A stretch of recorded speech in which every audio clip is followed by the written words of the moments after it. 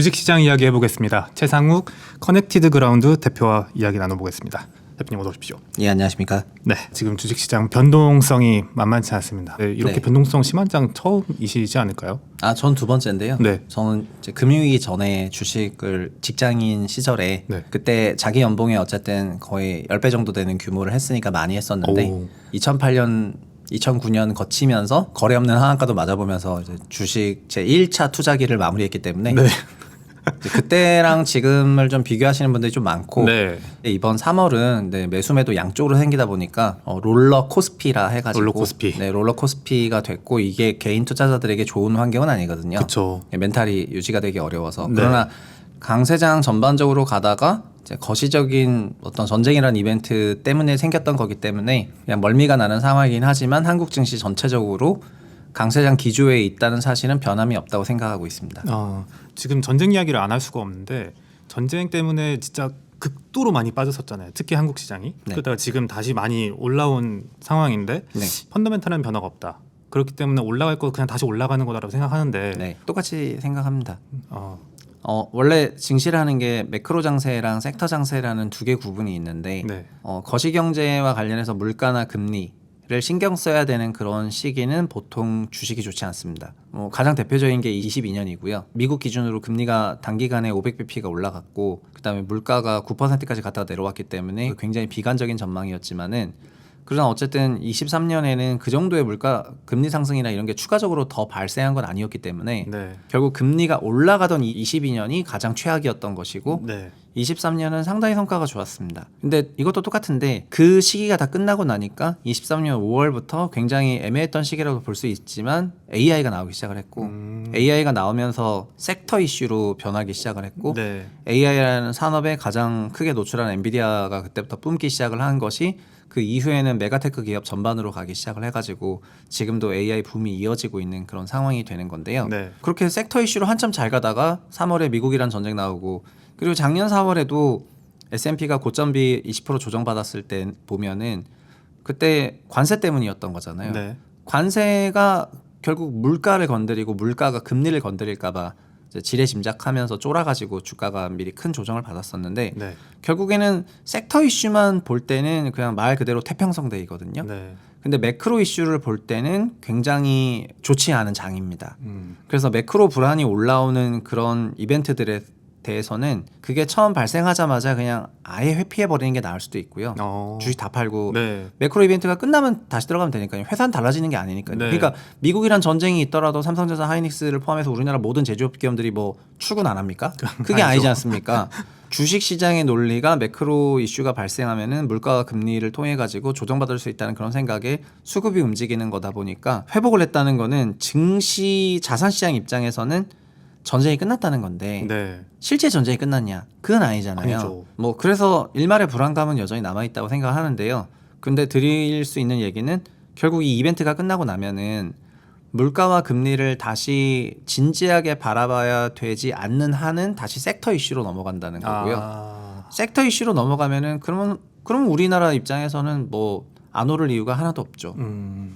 근데 지금 대변수 계속 얘기하셔가지고 유가는 아예 안 잡혔잖아요. 전쟁 중에도 증시에서는 끝났다고 판단을 하고 있어도 네. 이 이후에 결국에는 물가로 연동이 될 테고 앞으로 인플레이션을 걱정을 안 할 수가 없는 상황이잖아요. 근데 주가는 계속해서 치고 있단 말이죠. 네. 그러면은 이 변수는 사실상 상수라고 보는 사람들이 많다는 건지 저는 이게 네. 좀 궁금하더라고요. 그 물가라는 거는 결국 제품 물가랑 또 서비스 물가로 나눠지는 건데 네. 그 제품 물가랑 서비스 물가를 봤을 때 유가는 이제 일부 제품 물가에 영향을 미치게 되는 건데 네. 골드만에서 낸 리포트는 유가가 10% 올라가면은 이제 0.1% 정도의 물가 상승이 있고 근데 이것도 헤드라인 물가라는 거지 코어로 가면은 네. 0.1도 아니고 0.05라는 거거든요. 종이 다르기 때문이겠죠. 네. 그리고 22년을 많이들 생각들을 하시는데 22년에는 코로나 팬데믹 이후에 노동 수요가 대폭발을 해가지고 네. 몸값이 말 그대로 미친 듯이 상승을 했어요. 근데 AI는 직원들의 몸값을 폭발적으로 올리고 있냐 그렇지 않거든요. 네. 과거에는 이제 막 이런 몸값들이 폭발적으로 올라가다 보니까 임금 상승도 굉장히 컸고 이런 것들이 그러니까 그래서 임금 물가 스파이럴로 물가가 더 올랐었는데 네. 지금은 그런 건 아닌 것 같거든요. 네. 그래서 제품 물가 상승에 일부 영향이 있지만 종합적인 물가 레벨로 봤을 때는 아직은 모르겠다는 건데 결국은 매크로 장세라는 거는 물가가 장기적이고 확실하게 영향을 받을 것이 예상이 됐을 때 중앙은행들이 결정하게 되는 건데, 그러면 중앙은행들 멤버들이 하는 말들에 대해서 지금부터 관심을 갖고 이미 트래킹들을 많이 하고 계시지만은 지금은 그렇게 경계하는 상황은 아니니까, 그래서 이란 전쟁 관련한 여러 매크로 불안이 해소가 되면은 우리는 다시 그냥 메모리 기반의, 그다음에 미국 밸류체인 기반의 그런 산업으로 이제 섹터를 보는 시장으로 변할 거라고 생각하고 있어가지고 네. 그냥 큰 뭐는 없다고 생각하고 있습니다. 지금은. 그럼 유감 그냥 상수라고 보거나 아니면 큰 영향 못 미칠 그냥 미비한 변수 정도로 볼 수 있다라고 정리할 수 있을까요? 주식 시장에서는 네. 이 이슈가 이미 어느 정도 해소가 다 된 이미 다 상태입니다. 됐다. 네. 네. 근데 나중에 더 시차를 두고 올 수도 있겠죠. 그러니까요. 네, 근데 그때 생각하면 되죠. 지금은 그냥 이 이슈가 끝나가지고 네. 섹터 이슈를 본다는 거를 즐겨야지. 그러니까 자산 시장을 대할 때는, 그러니까 실물 시장과는 이제 항상 괴리가 돼 있을 필요가 있는데, 네. 실물 시장을 놓고 자산 시장을 생각하게 되면은 자산 시장에서 좋은 플레이가 안 나올 때가 많거든요. 네. 물론 실물 시장이 자산 시장에 결국 영향을 줄 수밖에 없는데, 유가가 지금 당장 자산 시장을 건드리는 건 아니라고 생각을 하고요. 이미 건드렸잖아요. 그렇죠. 건드렸죠. 3월에. 네. 당장 오지도 않았는데. 네. 그래서 자산 시장은 이 이슈를 한번 소화를 했고, 설령 오더라도 3월 같은 그런 파급력으로 다시 오지는 않을 것 같습니다. 전쟁하고 관계없이 이전부터 정부에서 주식시장을 리딩하고 있다는 생각이 좀 저는 좀 과격하게 표현하자면 네. 그런 식으로 좀 말씀 좀 드리고 싶은데, 확실히 주식시장을 올리고 부동산을 조금 낮추고 싶어하는 네. 확실한 그 주장이 보인단 말이죠. 네. 이 추세에 타는 게 맞는 건지 네. 이 좀 판단이 좀 어렵거든요. 저는 무조건 타야 된다 생각하고요. 네. 부동산이 뭐 붕괴된다 그렇게 생각은 안 하는데요. 네. 근데 부동산은 이미 15년부터 22년까지 초과 상승했거든요. 저는 그렇게 생각해요. 한국이란 나라가 알게 모르게 2018년부터 미국과 중국이 갈등을 하면서부터는 미국의 제조 기능을 우리가 흡수하고 있어 왔는데, 네. 그거에 대한 시세가 2025에 나왔을 뿐이지. 그리고 2024년 되고 나서 미중 분쟁이 더 격화되는 그런 국면 속에서 관세도 있고 등등등 했었지 않습니까? 네. 그리고 작년에 일본과 한국과 대만에 대해서 관세 협상을 할 때 어쨌든 우리가 미국 입장에서 봤을 때는 밸류체인 파트너라는 걸 인정해 준 거기 때문에 작년부터 엔화 채권 금리랑 우리 채권 금리 똑같이 움직이고 네. 환율 똑같이 움직이고 주식 시장도 거의 동행하는 그런 모습을 봤을 때 우리는 중국과 굉장히 멀어졌거든요. 우리나라 제조업과 증시를 눌렀던 거는 중국 때문에 한국 제조업이 망한다는 거였는데요. 근데 이제 중국은 중국대로 갈 거고 우리는 우리대로 갈 거고 미국을 도와서 간다고 생각하면은 한국이 눌려 있을 만한 이유는 전혀 없다고 생각하는데, 네. 부동산은 이제 증시랑 완전 똑같은 건 아니지만은 부동산 시장에서는 이런 우려가 그만큼 반영이 안 됐었고, 네. 부동산은 부동산 제 갈 길을 잘 갔던 것 같습니다. 일부 과열이 있었지만은 네. 우리나라 부동산 시장이 그 좋아지게 된 극단적인 계기는 97년 IMF 이후에, 그 전까지는 뭐 대우를 포함해가지고 각 우리나라의 정부가 밀어주는 기업들이 있었고, 그런 기업들의 금융들이 작동을 해서 이거를 산업금융이라고 불렀는데, 네. 산업금융의 시기에는 소매금융이 없었습니다. 주담대가. 그때부터 있었다고 생각하지만 주담대가 생긴 거는 2000년이었어요. 얼마 안 됐네요. 참고로 한국 주식시장도 2000년 이전까지는 점심 휴장이 있었습니다. 점심 휴장이요? 네. 점심시간에 안 하는 거예요? 네, 일본처럼요. 그러니까 우리나라는 2000년에 많이 바뀌었습니다. 주택 대출이 나오면서 주택 시장으로 유동성이 공급이 되니까 부동산 가격이 올라갈 수 있는 이제 그런 환경이 구축이 됐고, 네. 그래서 한국의 명목 성장률 대비해서 항상 주택 대출이 초과 증가를 해가지고 부동산으로는 돈이 뭐 넘쳐서 흘렀습니다. 결국 여러 가지 과열책을 다스리려는 대책이 나왔음에도 불구하고 글로벌 금융위기 정도가 아니면은 주택시장 안정화가 안 됐고, 네. 2015년에는 이런 상황에서 공급도 없애겠다고 해버리니까 네. 네, 그때부터 이제 3차 랠리가 있었는데, 지금 정부의 부동산과 주식을 다루는 입장은 다시 산업금융 시대로 간다는 거잖아요. 아, 그렇죠. 97년 이전으로. 네네. 그러니까 다시 생산적 금융이란 이름 하에, 생산적 금융도 무조건 그 과거에 좋았던 게 아니고 60년대부터 꾸준히 펼쳤던 생산적 금융이 90년대 가니까 네. 너무나 넘치기 시작을 해가지고 고부채 기업들이 모럴에 빠지고 이러면서 기업들이 단체로 무너진 게 IMF고요. 네. 그래서 가계대출은 하나도 없는 상태에서 2000년부터 가계대출 소매금융을 키웠는데, 소매금융이 이제 30년 됐지 않습니까? 네. 97년부터라고 보면은. 네. 그러니까 이제는 부동산에 돈이 너무 많이 들어가가지고 아. 부동산이 현저한 문제가 나기 시작을 해가지고, 이게 출산율이라는 채널을 통해 가지고 한국 경제를 때리기 시작하니까, 그러니까 한마디로 이제 가계랑 기업이라는 두 개의 경제 주체가 있는데, 기업에 돈을 30년간 주입해봤고, 네. IMF 네. 가계에 돈을 30년간 주입해봤더니 원래 22년 대폭락이 있을 뻔했는데 그걸 그래서 막 부랴부랴 받쳤지 않습니까? 네네. 저희 IMF 경험이 있으니까 23년 13대책 내고 막 이러면서. 그래서 더 이상 이쪽으로 주면 안 되겠다. 그래서 23년부터 부동산으로 원래 주입을 잘 안 하고 있었는데 이 정부는 더 안 하겠다는 거고 네. 다시 기업에게다가 주겠다는 거 아닙니까? 이게 국민성장 펀드고 상생금융이고 생산자 금융이고 머니무브고 그럼 정부가 이렇게 기업을 밀어주는데 제도적으로 바람이 이제 등에서 밀을 때 그 배를 타야지 네. 왜 안 타겠다는 생각을 하는 거예요. 그러니까 저는 이게 되게 협소한 생각이라고 생각하는 게 네. 2010년대 초중반에 부동산 하면서 부동산 좀 오르니까 불패 막 이런 생각이라고 하시는 것 같고 네. 좁은 생각이라고 생각하고 있습니다. 다들 생각하는 건 그런 거예요. 시작을 이미 했던 사람들은 더 들어갈까 말까에 대한 고민인 것 같고 네. 이제 신규 진입자들이 많잖아요. 네. 신규 진입자들 입장에서는 이게 오를 때는 포모 오고 떨어질 때는 역시 안 들어가는 게 맞아. 네. 이렇게 판단을 해버리니까 결국엔 타이밍 못 잡고 그냥 정부에서 리딩을 한 해 만에 이런 걸 떠나서 그냥 안 들어가고 있는 거죠. 투자는 결국 본인이 그 논문 쓰는 거랑 비슷한데 네. 저 같은 사람이 하는 말은 참고문헌의 하나일 뿐입니다. 네. 참고문헌이 아마 몇십 개가 있을수록 좋은 논문이 될 겁니다. 네. 근데 참고문헌을 본인 논문으로 오해하셔서는 절대 안 되고 네. 자기 논문은 자기가 쓰는 건데 그 정답은 자기가 아는 거지 너무 끌려다니시보다는 본인이 결론 내시면 된다고 생각합니다.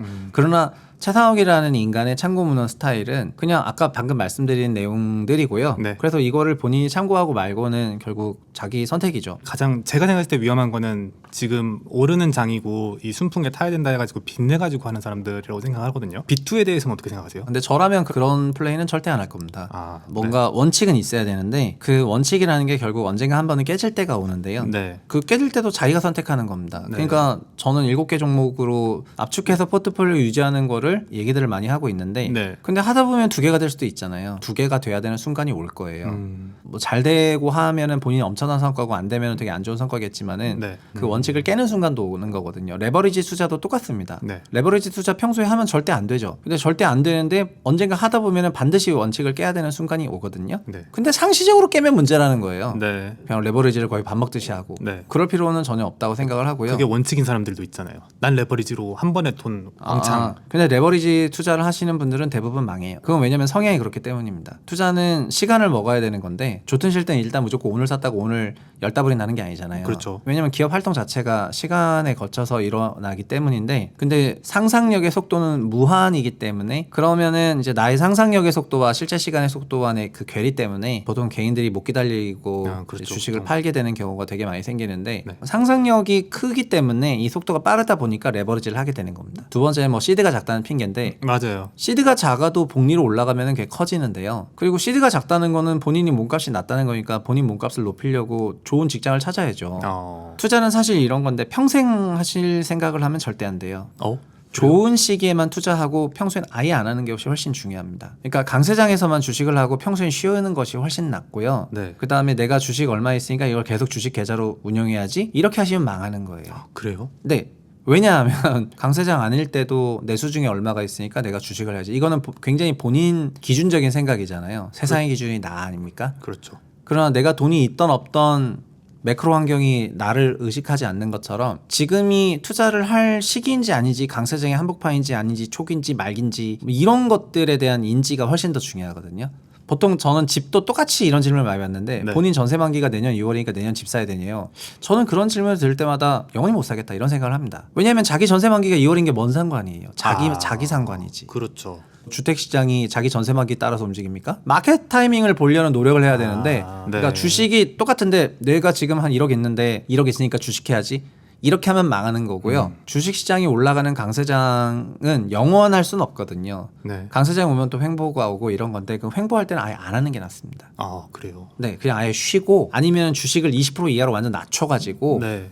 그냥 말 그대로 거의 준예금성이라든가 이런 형태의 그런 상품에 넣어두고 아예 안 쳐다보는 게 훨씬 낫고 주식을 매일 하시게 되면은 그러면 거래가 많아지고 수수료가 많아지고 또 레버리지 쓰게 되면은 자연스럽게 계좌가 높게 되죠. 네. 타점 잡는 게 어려우니까 초보들은. 그래서 그냥 떨어질 때도 그냥 가만히 있다가 오르면은 나중에 올랐네. 결과적으로는 내가 오른 거에 먹었네. 이런 생각하는 경우가 많은 것 같거든요. 근데 이게 뭐 박스권 해가지고 이렇게 막 잡혔을 때를 생각 안 하니까. 돈을 모아가는 과정에서는 네. 그냥 적립식 분할 매수를 하시면 좋겠는데 네. 그 적립식 분할 매수를 하실 때는 ETF 같은 걸 통해 가지고 매입하시면 될 것 같고요. 네. 시드가 쌓이면은 강세장에만 해야 돼요. 아. 그러니까 내가 뭐 1,000만 원 모으겠다, 3,000원, 5,000원 이런 걸 모으겠다. 그 경로에서는 그냥 네. 꾸준히 모으는 게 중요하니까 예금 적금을 해도 아무 무방하다고 생각을 해요. 네. 시드를 확실하게 쌓는 게 중요하기 때문에. 네. 근데 쌓였다면은 그때부터 집 사는 거랑 똑같은데 네. 집을 살지 말지 판단하듯이 주식을 살지 말지 좀 보거나 아니면은 ETF를 사더라도 어떤 ETF를 살지 말 그대로 목돈이 들어가게 되는 경우가 오는데 네. 그때는 시장이 좋을 때 하는 게 낫죠. 그래서 그 좋을 때 하고 나서 약해질 때까지 갖고 있을 필요는 전혀 없는 거잖아요. 그러니까 오히려 그거를 이제 빼가지고 네. 안정적인 예금에 그냥 꽉 놓다가 그러다가 다시 또 시간이 한참 지나가서 살 때 되면 그때 또 사면 되는 거고 네. 그런 방식으로 현금을 오히려 또 빼놓으면은 시장 막 하루에 10%씩 넘게 무너지는 기간이 요즘 많이 나오는데 네. 그런 날 그냥 들어가서 매수를 하더라도 하루마다 10% 먹는 건데 1년 내내 거래하는 게 아니라 1년에 며칠만 거래하더라도 1년치 수익을 내는 그런 시기가 올 수도 있어가지고 네. 강세장에 오히려 비중을 더 실을 줄 알아야 되고 약세장에서는 이제 정말 많이 뺄 줄 알아야 되는 것이 종목 하나 잘 고르는 것도 훨씬 더 중요하다고 생각하고 있습니다. 진짜 초보들한테 가장 어려운 말씀이세요. 마켓 예. 타이밍 잡으려면은 네. 계속 시장을 보고 있어야 되고 지금이 강세장인지 약세장인지를 알 수 없고 내가 들어가면 떨어져 이런 식으로 생각을 계속 하니까 일단 본인 계좌가 빨갛다면은 강세장이죠. 약세장에서는 뭔 짓을 해도 팔아요. 뭔 짓을 해도 팔할 때 더 뭔 짓을 하려고 하면 망하는 거예요. 아. 약세장이면은 차라리 아무것도 하지 말라는 건데 올해 3월 같이요. 네. 올해 3월에 뭐 살아보려고 이런저런 대응했던 분들 중에서 아마 계좌 녹은 분도 많을 거예요. 그럼 차라리 아무것도 하지 말든가 빨리 좀 비우던가 했어야 되는데 그 파랗게 된 날 그냥 다 정리를. 정리해버리는 게 낫다고 생각을 하고요. 어. 3월은 말 그대로 어려웠죠. 2월 26일까지 엄청 줬다가 3월 4일부터 이제 폭락했으니까요. 1, 2월 중에서 2월치가 완전 없어진 거랑 마찬가지기 때문에 이제 그거를 그냥 그렇게 손절하는 게 맞나 이런 생각이 많이 들었을 겁니다. 그런데 그럼에도 불구하고 어쨌든 그렇게 다 피했다면은 3월에 있었던 엄청난 롤러코스터 변동성을 끝나가는 그런 시기에 다시 잘 올라탈 수 있었을 거라 생각하는데 이건 어려운 부분이고 맞아요. 그러나 아무것도 안 했더라도 네. 괜찮았다는 거 아닙니까? 맞아요. 그런데 갑자기 자산시장이랑 실물시장을 혼동하기 시작해가지고 실물시장에 있었던 여러 가지 변화로 자산시장이 더 무너질 것 같은 그 공포감에 계좌를 막 비우고 손절치고 막 이렇게 끝무렵에 했다면은 네. 지금 또 어마어마한 그 상실감이 있을 거라고 그럴 생각이 거예요. 되고요. 네. 저는 그러면 그런 말씀 드리고 싶어요. 강세장은 자주 안 옵니다. 네. 자주 안 오는 강세장이 정말 우리 인생에 어느 순간 찾아왔는데 저희가 소액을 해야지 될까요? 인생 걸어야죠. 그러니까 아까 어떤 룰이 있어도 그 룰을 어기는 순간들이 이제 살다 보면 찾아오는데 네. 그 순간에 맞는 베팅 금액이 있어야 된다는 겁니다. 그러니까 강세장이 한국 증시는 정말 안타까운 얘기지만 2017년에 메모리 때 조금 좋았고 21년에 코로나 때 좋았고 네. 지금 25년, 26년 좋습니다. 네. 이것만 들어도 5년에 한 번 오는 거 아닙니까? 그렇죠. 그 2017년 이전으로 가면은 04년, 07년이에요. 그러면 10년에 한 번 온 거고 그 더 이전으로 가면은 99년 잠깐 버블이고 그 이전으로 가면 86, 89년이거든요. 그러면 저희 평생에 이런 강세장 별로 안 와요. 그러네요. 영원히 계속 주식할 겁니까? 강세장에 많이 해야죠. 네. 그러니까 어쨌든 강세장에 많이 할 생각을 해야 돼요. 승률이랑 패배랑 반반이어도 딸 때 많이 따야지 이럴 때 조금 잃어가지고 그게 전체 수익이 되는 거지. 사실은 저는 이게 복잡한 논리가 아니고 네. 저희가 그냥 포카나 고스톱 정도만 해봐도 누구나 깨달을 수 있는 환경인데 네. 상대방 손패가 깔린 거를 보면서 하지 않습니까? 그렇죠. 초보는 뭐냐면 내 패만 보면서 맞아요. 남을 보십시오. 네. 예. 강세장에 들어가고 싶은 사람들도 꽤 많단 말이죠. 아직 시작 안 한 사람들이나 네. 하고 있는 사람들 중에서 비중을 좀 늘리고 싶어 하는 사람들도 있단 말이에요. 지금 당장 들어간다고 하면은 어떤 식으로 접근했으면 좋겠다라고 생각하세요? 저는 먼저 퇴직연금 세팅을 먼저 완비하는 게 1번이라 생각하고요. 퇴직연금은 어쨌든 이제 국민연금 배제하고 네. 개인용 퇴직연금과 관련해 가지고 연간 넣을 수 있는 상한선이 정해져 있잖아요. 네. 근데 IRP랑 ISA만 하더라도 연 3,800이나 되는 금액인데 그 정도면 절대 작은 금액이 아니고 그렇죠. 그걸로 ETF 사시면 된다고 생각을 합니다. 연금이 짱짱하게 계속 받쳐준다는 생각을 해야지 주식이 잘 돼요. 제가 온라인 강의를 하고 있는데 그 수업을 들으셨던 분 중에 한 분이 한 6억 정도 되는 돈으로 87억을 벌면서 엄청난 성과가 났는데 와. 그분이 처음에 찾아왔을 때는 자기가 주식이 3년 동안 아예 안 벌려가지고 네. 찾아온 거거든요. 네. 안 벌렸던 이유를 가만히 들어보면은 조급하고 뒤가 없기 때문인데 그래서 저는 퇴직연금 세팅을 먼저 하시는 게 좋겠다. 심리적으로 안정이 되고 네. 얼마 정도 금액은 연금 매년 배당이 나오는 그런 투자라든가 연금 세팅을 좀 해놓고 나서 그 다음 주식을 하시면 더 잘 될 거라고 생각을 했는데 역시나 그런 걸 토대로 돌아섰고요. 네. 자기 주거 환경이 정주 환경이 안정화되면 심리가 안정화되고 이게 투자에 되게 도움이 많이 되기 때문에 집 사라고 하는 거지 집으로 돈 벌라고 집 사라고 하는 게 아니거든요. 연금이 이런 겁니다. 본인이 손절을 못하거나 아니면 손실이나 위험 회피성이 극도로 높아지는 경우는 너무 소중한 돈일수록 위험 회피성이 커지거든요. 네. 근데 주식은 애초에 그냥 위아래 변동성이 막 한참 열려 있는 시장이어가지고 네. 그거를 회피할 수가 없습니다. 그래서 어쩔 땐 깨지고 어쩔 땐 버는 건데 그러려면은 극단적으로 말해서 주식 투자 금액이 다 없어져도 네. 내 인생에 아무 문제가 없을 정도가 돼야 되는데 근데 그러려면은 연금이라도 잘 돼 있어야지. 그렇죠. 내가 어차피 연금이라도 나중에 받아먹고 살면 되니까라는 생각을 할 거여가지고 네. 직장인 투자자들은 맨 먼저 일반 계좌에서 개별 주식 담지 마시고 연금 세팅을 먼저 하시는 게 좋고 연금 세팅이 되면서 내가 연금 이렇게 얼마 정도 모아갈 수 있겠다라고 생각이 되면은 그때부터 이제 일반 계좌의 개별주를 하시는 게 훨씬 좋을 거라고 생각합니다. 네. 마지막으로 지금 타이밍에 개인 투자자들이 하면 안 될 행동이 있다면요? 그건 너무 많은데요. 그래서 저는 네. 이제 아예 한 17개명, 18개명을 만들어가지고 아예 이런 걸 하지 말라라고 하고 있는데 네. 주식 투자도 부동산처럼 해야 됩니다. 하나를 살 때 많이 사야 되고 정찰병을 그런 짓 하지 마세요. 처음부터 많이 사야 돼요. 네. 처음부터 많이 사야 되고 그 다음에 인생에 의미 없는 포트 비중을 가져가서는 안 돼요. 예를 들면 주식을 뭐 1억을 한다 해볼게요. 자기가 쌓아온 자산은 한 4, 5억 정도 되고 주식을 1억 하면 많이 하는 거죠. 그거를 10종목으로 쪼개가지고 1,000만 원씩 하는 거 괜찮아요. 네. 그런데 누구한테 들어가지고 50만 원치 사요. 네.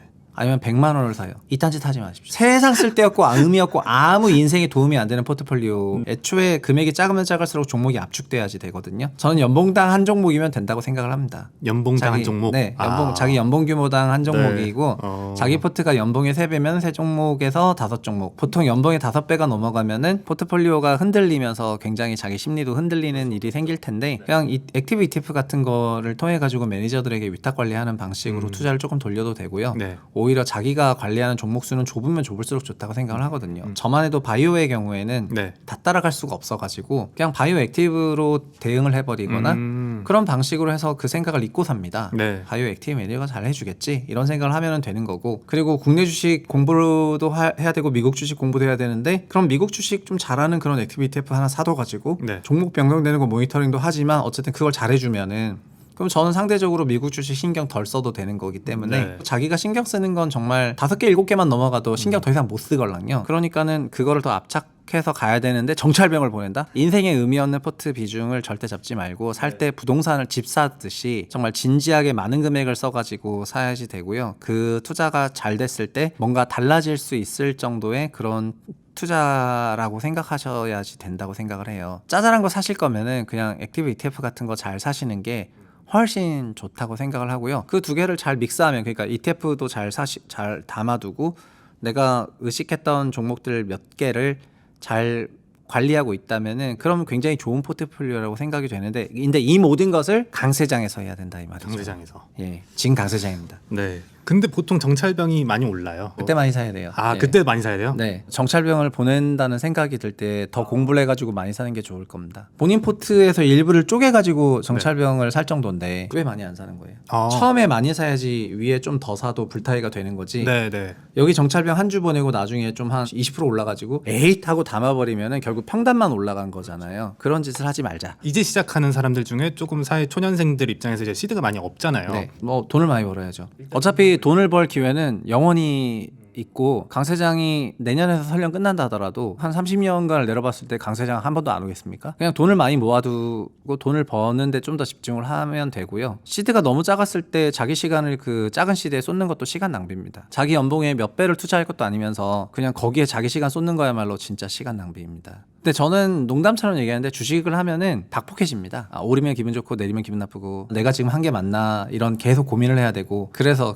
안 할수록 평온한데 네. 그래서 남에게 완전 맡기든가 펀드를 통해 가지고 남에게 완전 맡기든가 자기는 거기서 어쨌든 한 발 멀리 떨어져 있어야 좀 평온한 심리 상태를 유지할 수가 있지 주식시장에 너무 달라붙어 있으면은 같이 일했던 사람들 중에서는 진짜 병을 얻으시는 분이 되게 많아요. 특히 마음의 병이 많이 생겨요. 투자가 근본적으로 이제 쉽지 않은 건데 그거를 왜 본인이 직접 하려고 하냐 남에게 맡기면 되는데 과거엔 그게 펀드였다면 지금은 그게 액티브 ETF고 ETF네. 그럼에도 불구하고 그 ETF를 통해 가지고 나의 투자가 내가 좋게 보는 게 그만큼 비중을 못 실어간다고 생각이 들었을 때는 그때 투자하면 되는 건데 전업 투자자도 아니고 직장인이 주식을 맨날 하는 거는 그거는 진짜 박복한 인생이에요. 그걸 안 하려고 이제 추구하셨으면 좋겠습니다. 아. 예. 너무 뼈가 되는 살이 되는 그런 조언이셨습니다. 초보자부터 네. 그리고 기존에 많이 투자하는 사람들까지 들을 내용이 너무 많은 인사이트가 가득한 대화였습니다.